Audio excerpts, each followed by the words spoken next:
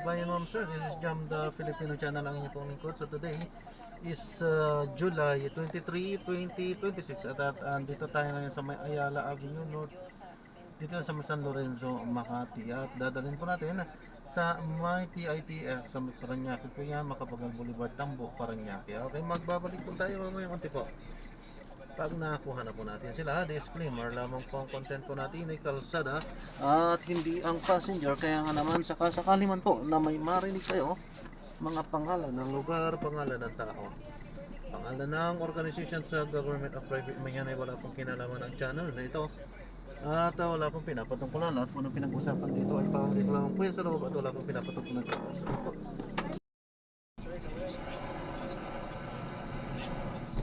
Tinawag talaga yung sarili mong mom to well. Nagkamali ka talaga sa sarili mo. From Middle Spur. Ay, kasi, si Sarah si Sabi. Next time po pupunta ako, gusto ko po kayong makita. Ay, salamat po. Thank you po. Nag-RSVP na si, si Manuel Villanueva nandun na. Si Jericho Ferrer, I think, was able to get his merchandise, right? Talaga? Yes, nung Sabado, I think yung mga merch niya. Oo. Ako, Ayun din, ang na-miss ninyo. Wala kayong libreng payong legal. At saka cup partner.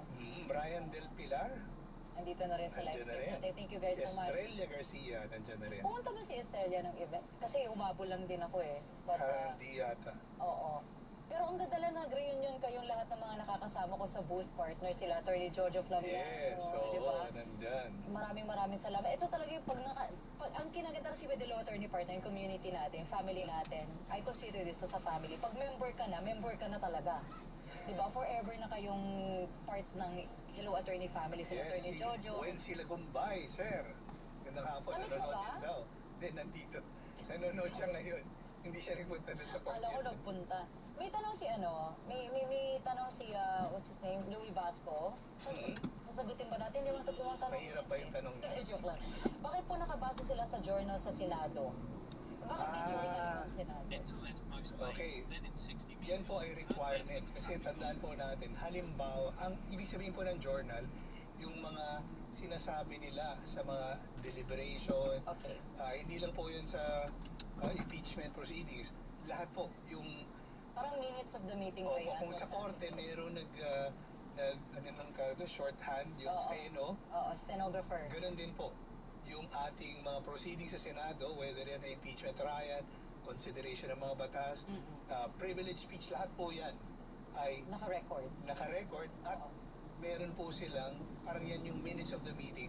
Kaya, di ba, sa simula, roll call, Tama. minutes, we will dispense with the reading Oo, of the tama. minutes. Yan yung nakalagay sa journal. So, Oo. yung journal ay, kung hindi ako nagkakamali, yan yung shortened version kasi may record pa na mas mahaba. Oo. Pero yan, ano yung halaga niyan? Halimbawa, merong isang batas na dinidiscuss. At doon sa final version, medyo hindi malinaw, may ambiguity. Oo. Doon sa language of the law or tenor of the law, pwede mong balikan yung proceedings. Sino yung nagdidebate, may nagtatanong, may sumasagot, may resource person, o kaya kapwa debate. Kasi minsan yung mga kapwa senador, kapwa mga congressional representatives natin, ay meron, ako yung proponent, ito ang intention ko. Pero baka hindi pa malinaw, meron kang, kumbaga, proposed amendment, tatanggapin ko yan. So, ipapasok na yan. So, bago nabuo yung batas, may kwento, may debate, mayroong pagtatanong, may sumasagot. Lahat yan, kung sakasakaling kakailanganin ang tulong niya, alam mo, nakarating sa Korte Suprema, binabalikan yung... Nire-review. Oo.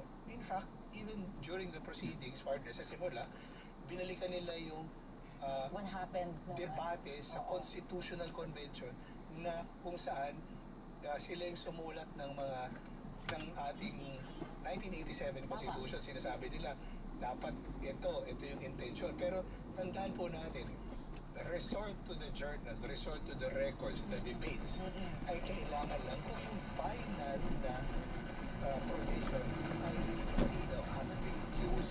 Kasi kung malinaw na yun, ang ating mga korte hindi napupunta doon sa proceedings kung ano man yung debate, ano man yung nangyari doon. Kumbaga, magbabase isa. Normally, as a matter of general rule, doon sa mismong language na naipasa yung nakatitig mismo sa batas. Oo. Kaya nga di ba may iba parang single that but the other party is saying, nagre-request sila sa presiding officer that he takes certain of the Kasi nga, pag sinabing part of the record, part na yan, hindi lang na record ng institusyon. Bahagi na yan ng kasaysayan. Partner. Oo. Kasi babalikan lahat yan.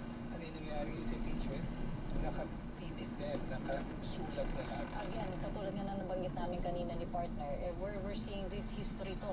Yes. Nag-unfold right before our eyes. Yung impeachment. Front row seats po tayo lahat sa kasaysayan. First impeachment trial ng first ever vice president na na-impeach. Actually, siya ang pinakauna, di ba? Twice pa. Oo. So, talagang makasaysayan ito. Sabi ni Louie Bastos sa sagot ko is, okay. Salamat din. Charot lang. Hindi yun ang sagot niya. Sabi ni Louie, grabe si Loizo. OIC po. Oo, hindi ganun. Ang sabi niya, partner, which is, I see. Sabi niya, partner. Ito pa. Si Julie Burp, nandito na, hello daw, Meron din sabi niya. pinababati. Wala mo kung sino nagpapabati. So, si Mongas Min. Yes, sabi niya, happy birthday kay Maharlika Oscar Villasis at kay Mrs. Leonila Palad. Si Yuri Kikain, kakahabol lang daw po niya. Si Marian Riabat, sabi niya, hindi po namin inabutan yung camp kasi late kayo. Opo. Inaway sila. MJ Ranola. Hi, Annie. Si Annie. Sino si Angel? Sino si Angel? Baka iba, baka ano. Baka binabati niya yung mga... Hi kay Annie. Okay, Oo. manakapan ko sa inyo. Si Ronald Kaya na nandito na sa live stream po natin. Yes. Alright, partner, naku, napakarami po ng mga nandito. Thank you guys so much. Pero sa ngayon po, kailangan na po namin magbigay daan. Sa susunod po natin public service program. Yes. Ako po si Liza Aquino, nagpapaalala. Dito po si Roser. Ihatid po namin ang mga batas sa madaling maintindihan. Attorney Noel Belprado po, huwag po kayo mag-alala. Magtanong lang at manigurado dahil dito po sa inyo, attorney.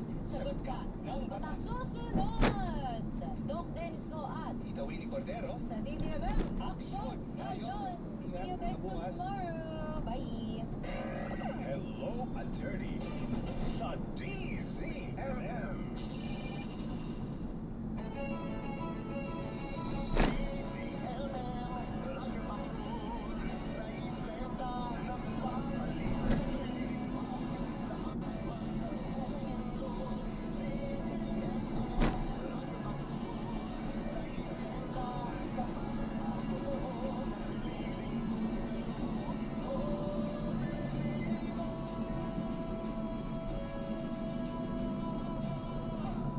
Ay, kami po ang DZMM, bahagi na ng kasaysayan ng Pilipinas sa loob ng 40 taon, noon, ngayon, at sa darating pang panahon.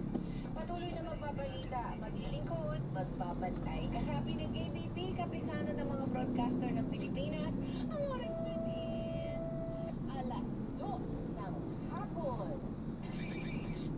Ay,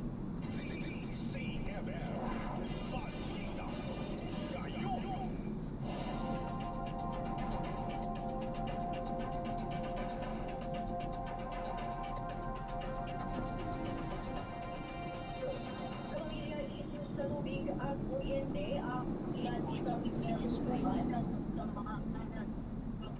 Traffic dyan, dito na lang tayo. Inuulong Marcos Jr. at sa kanyang unang sanunin. Sinabi sa DZMM Isugi Consumers Network spokesperson Amihan Mabalay na maraming bahagi pa rin ng bansa ang may problema sa maliit at abot kayang tubig. Dapat anyang aliin ng gobyerno na hindi obra ang privatization ng mga water district kaya dapat nagsuspendihin ang mga joint venture. Bilang consumer kasi napatunayan naman po na mas maganda at mas equitable ang managing ng resources natin kung hindi ito nasa private. Dapat talagang i-mandate na ng executive department na magkaroon na ng direksyon yung maging unified na yung ating policy sa water. Gusto natin yung public ma-reclaim ito publicly. Sa usapin naman ng bigay ng update sa dahil sa sobrang taas, nagtingil ng ilang electric company.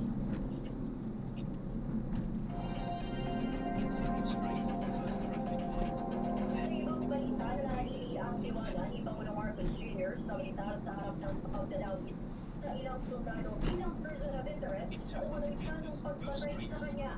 Narito ang kumpirmado, siguradong balita mula sa Malacanang Halili Radyo Patrol, Christian Yusores. Christian. Diretsa nananatili ang kumpiyansa at tiwala ni Pangulong Ferdinand Marcos Jr. sa hari ng militar at hindi mangangailangan magpatupad ng loyalty check para malaman ang katapatan ng mga sundalo sa administrasyon. Itong tiniyak ng Malacanang matapos ibunyag si NBI Director Melvin Matibag sa impeachment trial na may ilang uniform personnel at ilang umano ang ilang miyembro ng Vice Presidential Security Group na itinuring nilang person of interest sa umunay planong pagpatay ni Pangulong Ferdinand Marcos Jr. Ayon kay Palace Press Officer at Communications Undersecretary Claire Castro, dapat malaman kung mayroon o sino-sino mga sundalo ang titiwalan sa kanilang mandato para sa proteksyon ng Pangulo. Sa ngayon, alam pa rin naman ayon ni Pangulong Marcos kung sino ang mga dapat pagkatiwalaan kaya hindi pa magkakaroon ng loyalty check. Nasa liderato rin anya ng AFP ang pagtiyak na mananatiling tapat sa kanilang tungkulin. At yan, ang balitang kumpirmado, sigurado, ito ang Radyo Patrol, Christian Yusores, DZMM.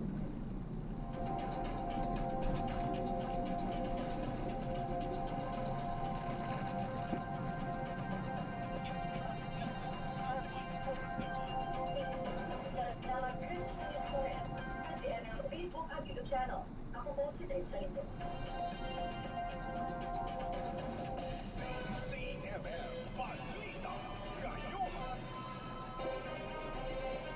Sa bawat tanong, sa bawat hinaing, meron kang maaasahan.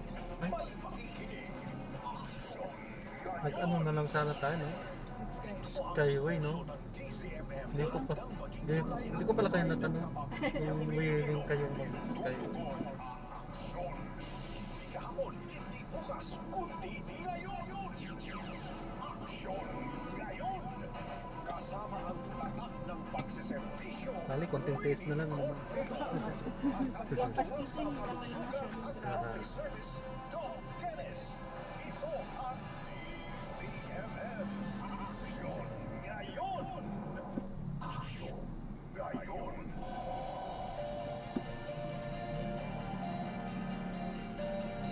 Hello po!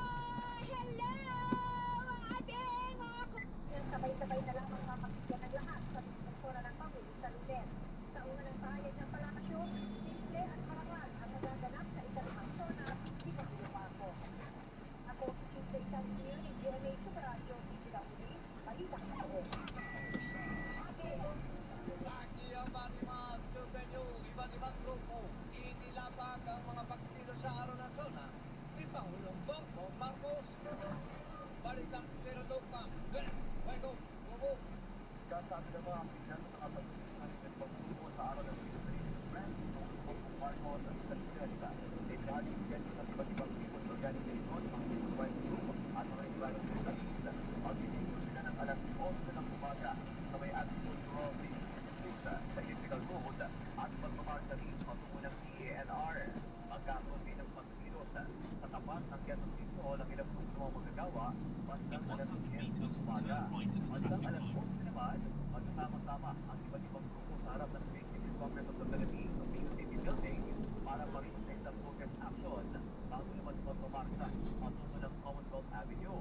Una lang sinabi ng Quezon City Police District of CCPD na nasa 20,000 rallyista ang kanilang inaasahan sa Lunes. Kasama rito yung mga pro-BDM at iba-ibang progresibo. Ako si Glenn West ng Super Radio City Double Bay. Palitang totoo. Thank you very much. Glenn Wego, samantalang ang hirit ni Vice President Sara Duterte na ipanagutos sa Senado ang bayaring secretary ng Terestin. Posible magdulot ng procurement case ayon kaya ng prosecutor Terry Rito. Ito pa ng balita na yan. Isa, Alvin Mali, Logo. Maaaring mag-ugat ng isang procurement case ang hirit ni Vice President Sara Duterte na ipasabot sa Senado ang catering ng defense team habang nagpapatuloy ang impeachment trial. Ito ang naging babala ni House Prosecutor at Speaker sa Party List Representative Terry Ridon nang matanong hinggil sa naturang hiling ng Vice Presidente. Sa pulong palitaan kanina, sinunod ni Ridon ang naturang request ni Duterte na gusto ang sarili nilang caterer pero ang kagawayan ay ibang tao. Tingin pa ni Ridon, Chairperson ng House Committee on Public Accounts, ang hiling ay isang demand ni Duterte sa Senado na bayaran ang mga pagkain ng depensa. Paalala din ito na walang obligasyon ang Senate Impeachment Court na bayaran ang pagkain ng kahit kinuman, prosecution o depensa. May sarili rin anyang budget at dalawang panig o yung Kamara ang pangalan sa prosecution habang merong OVP general budget na maaaring gamitin ng depensa. Ipinauubay naman din ito sa Senado ang final na pagpapasa sa hiling ni Vice President Sara Duterte. Ako si Sabitanyo Mani sa GMA sa radyo ni CWB, Balitang Totoo. The Vice President on trial. Gawa mo bang humirit, hindi Sara? Pitch ka na pangakas. Abay. Anak ka ng hiling. Oh, dahil Vice President Sara Duterte na limutin ang Senado pagkain ng pagkain na ng kanyang legal team sa impeachment trial. Hindi kaya pagkakasya ng Senado dahil kapo dito na po. Ayun yan, kay Senate President Jerwin Kanyaya, Nimpa, Pablo, Gogo. Rejected ang request ni Vice President Sara Duterte na paligid sa Senado ang pagkain ng pagkain ng kanyang sa impeachment trial. Dapat na sinabi ni Senate President Jerwin Kanyaya yun magbibigyan o mapagbibigyan ng Senado dahil wala silang magagamit na pondo para dito. Kailangan natin ng Senado ang hawak ng budget para sa maraming itong kagaya ng pagrenta ng mga opisina sa labas ng Senado para pagdapusan ng mga budget at committee. Dahil sa ngayon, okupado ang maraming dahil ginagamit ng trial. Gamit ng mga abogado ng prosecution at sa defensa na nag-cover at nabigyan na nag-cover sa impeachment trial ang maraming dito sa Senado.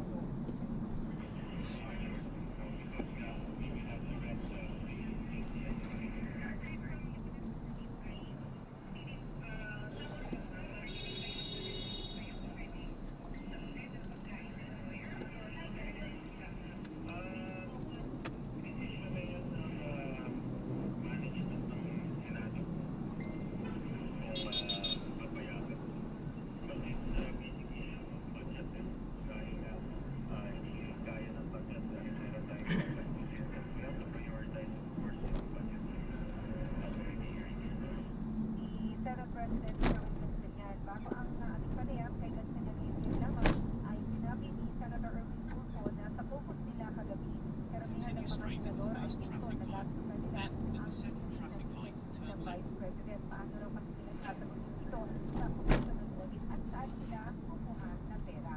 Desisyon po ng cabinet namin, naman, kami namin sasagutin sa mga ngayon, di ba? Natapos na tanong kami. Napag-usapan namin kagabi sa meeting focus ng majority sa taas. Pinag-usapan yun in the decision of the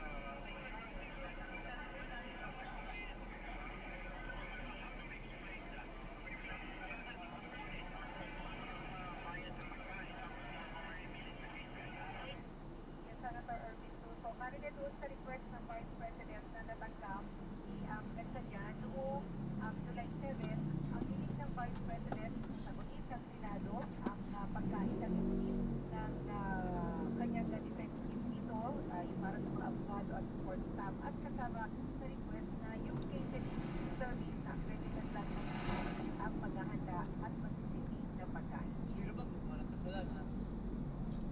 Marinig sa IEC na nagsasunod yung team, ba? In 200 meters, turn left at the traffic light. Sino pinagawa na kasalanan kaya hindi? Oo. Pero man tayo. In 100 meters, turn left at the traffic light. Binabagay pa kari ni IEC na yung gumawa ng problema ba? Problema sa pagkain nila. Oo. Pero ang sabi naman ni Atty. Michael Poa, yung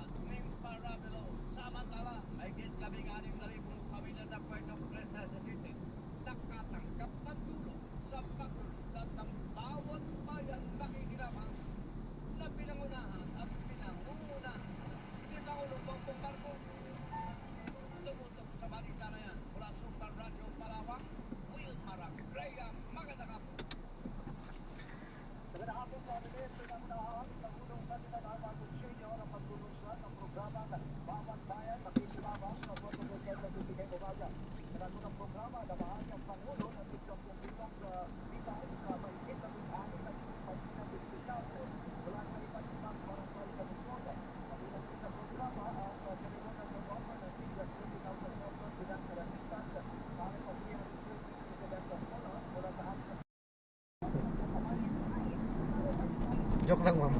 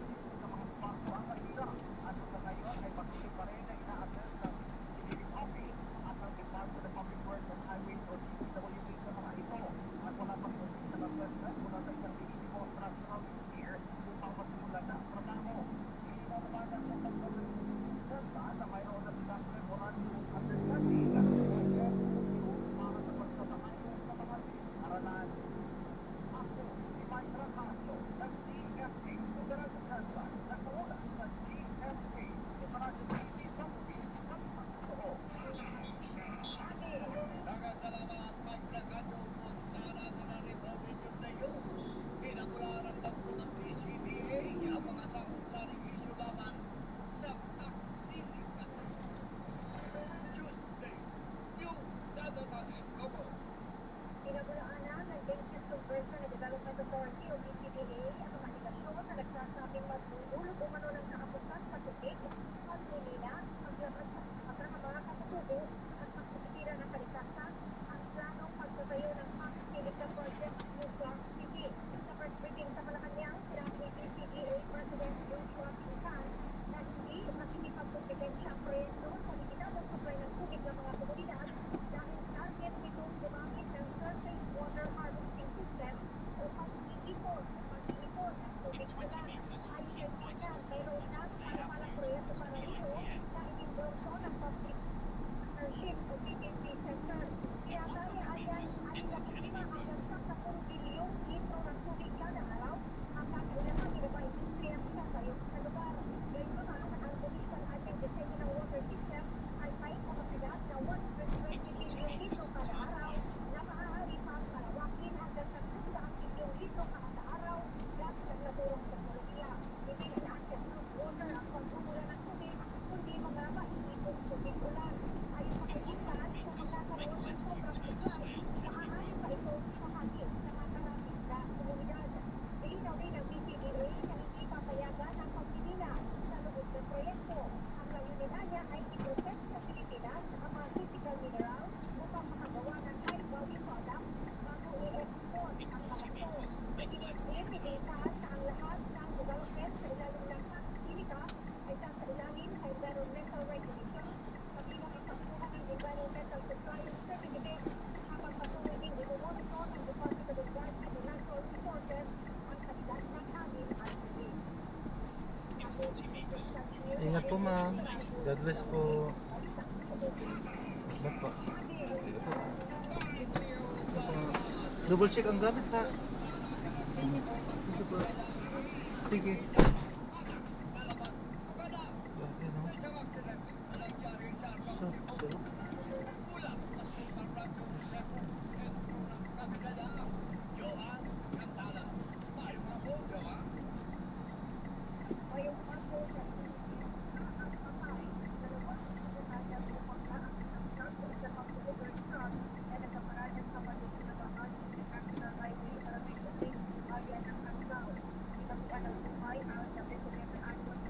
Ayan, na-drop na natin sila. Maraming salamat po sa panonood hanggang sa muli po. Hanggang sa muli po, ingat at God bless. Para po muna pansamantala tayo ay gagawin ng ibang video sa ating susunod na misyon. Paalam po.